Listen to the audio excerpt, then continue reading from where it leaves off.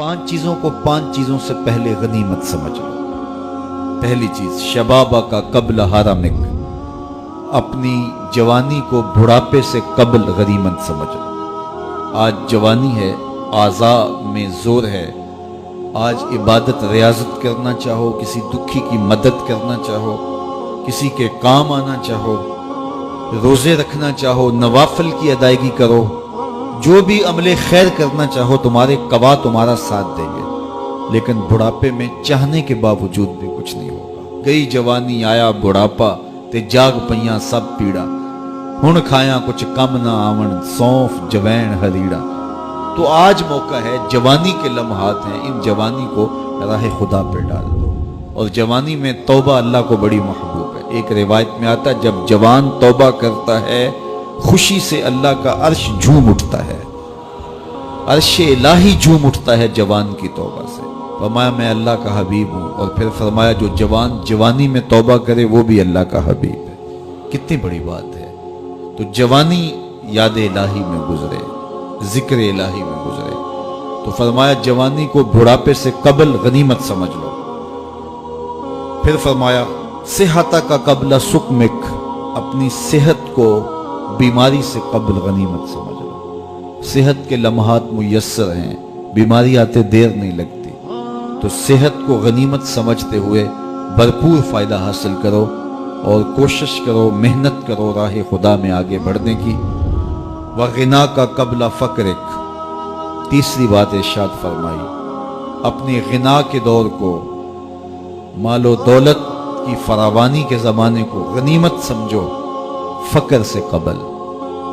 کہتے ہیں غربت آتے ہوئے دیر نہیں لگتی، اوپر جاتے ہوئے وقت لگتا ہے، اوپر سے نیچے آتے ہوئے وقت نہیں لگتا۔ تو فرمایا کہ دولت تمہیں میسر ہے تو اس دولت کو کام میں لاؤ، دولت کو سنبھال کے نہ رکھو، یہیں رہ جائے گی۔ ایک کفن ایسا لباس ہے جس کو کوئی جیب نہیں ہے، یہاں سے کچھ کسی نے لے کر نہیں جانا، اور نہ آج تک کوئی لے کے گیا جانا۔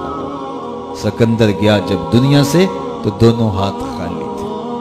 تو اصل وہ ہے جو ہم ساتھ لے کے جائیں گے۔ میرے حضور نے فرمایا ابن آدم کہتا ہے مالی مالی مالی، میرا مال میرا مال۔ فرمایا اس کا مال وہ ہے جو اس نے کھایا یا پہنا اور پرانا کر دیا یا اس نے آگے بھیج دیا۔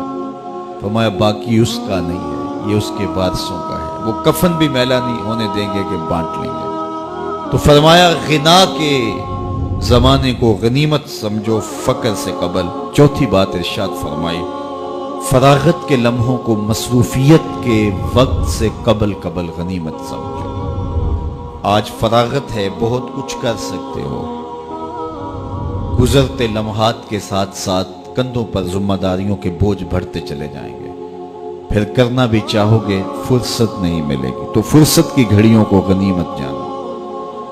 پانچویں چیز ارشاد فرمائی وحیاتک قبل موتک، اور اپنی زندگی کو موت سے قبل غنیمت سمجھو۔ آج زندگی ہے، چلو بیماری صحیح، اعضاء مدمحل صحیح، فراغت نامیسر صحیح، دولت نہیں صحیح، کوئی بات نہیں ہے، اس کے حضور آنسو تو بہہ سکتے ہیں، اپنے گناہوں کی معافی تو مانگی جا سکتی ہے، جس طرح بھی بیٹھ کر کے لیٹ کر کے اس کے حضور عبادت کا رنگ تو اختیار کیا جا سکتا ہے۔